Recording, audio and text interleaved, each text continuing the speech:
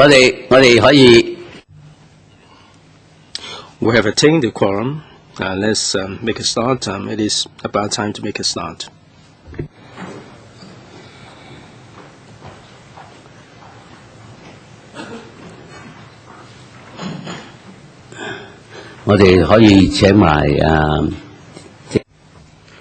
Shall we invite the witnesses in, please?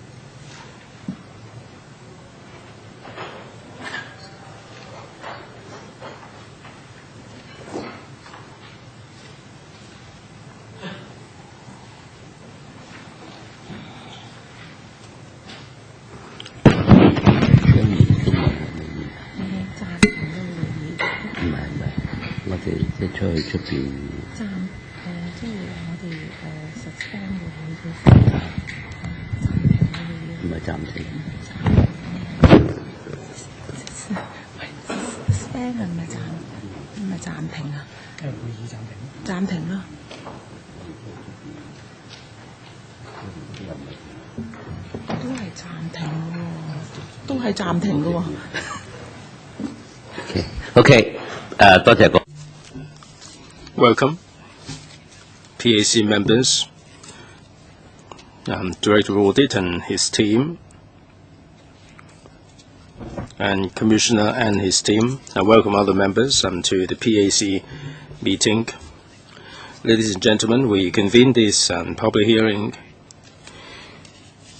in connection with Director of Audit Report number 60, Chapter 7, about preventive education and others. Before we get started, I'd just like to say that we have invited two witnesses, Mr. Simon PEH and his team, and also Mr. Timothy Tong, former Commissioner of ICAC. On the 16th of May at about 6 p.m. I received a letter from Mr. Simon PEH with a request that when he testifies, he would like to have an exclusive testification without other people being present. Mr. PEH, will you justify yourself, please? Chairman, earlier I heard that a hearing has been scheduled for today, in which I will be appearing together with Mr. Timothy Tong.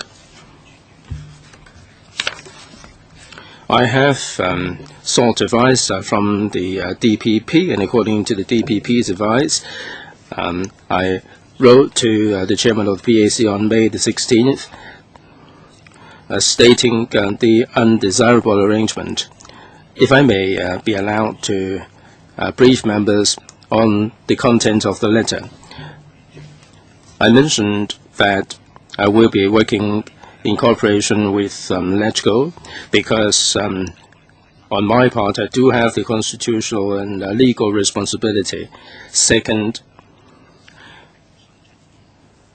Mr. Timothy Tong will also be appearing in the same hearing. Earlier, we have announced that there is going to be a criminal inquiry into Mr. Timothy Tong under the Prevention of Bribery Ordinance, and also in the context of misconduct in public office. And this investigation will be headed up by myself. Mr. Timothy Tong is the target of this investigation. I will be leading the criminal investigation myself. So with regard to the arrangement of this hearing, this has given rise to some concerns. So we have to be concerned about the propriety or the perceived propriety. The criminal investigation has already got underway, and there are certain principles embedded in this criminal investigation. During the course of the criminal investigation, it has to be fair and impartial, and it has to be seen to be fair and impartial. And this is an inquiry to identify facts and establish facts.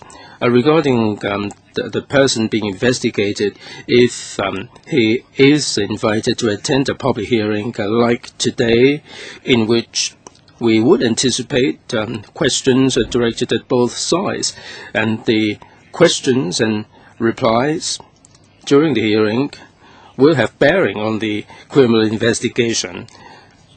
And in this context, we believe that it should be avoided, with a view to upholding the integrity of the criminal inquiry. And we have to make sure that under any circumstances, the investigation will not be prejudiced or undermined. So, Chairman, I have stated in my letter that a separate hearing be held for myself and Mr. Timothy Tong, either today or on any other occasion deemed convenient by the PAC. Now, this is the gist of the letter that I sent to the Chairman. I hope that you would consider my request. Thanks very much, Mr. Pei. Hang on a sec, please. The gentleman's not coming through. Chairman, would there be the same arrangement for everybody here? Commissioner? I believe so. I think we have to stay away, and my colleagues have to stay away, because they are likely to be involved in the criminal investigation.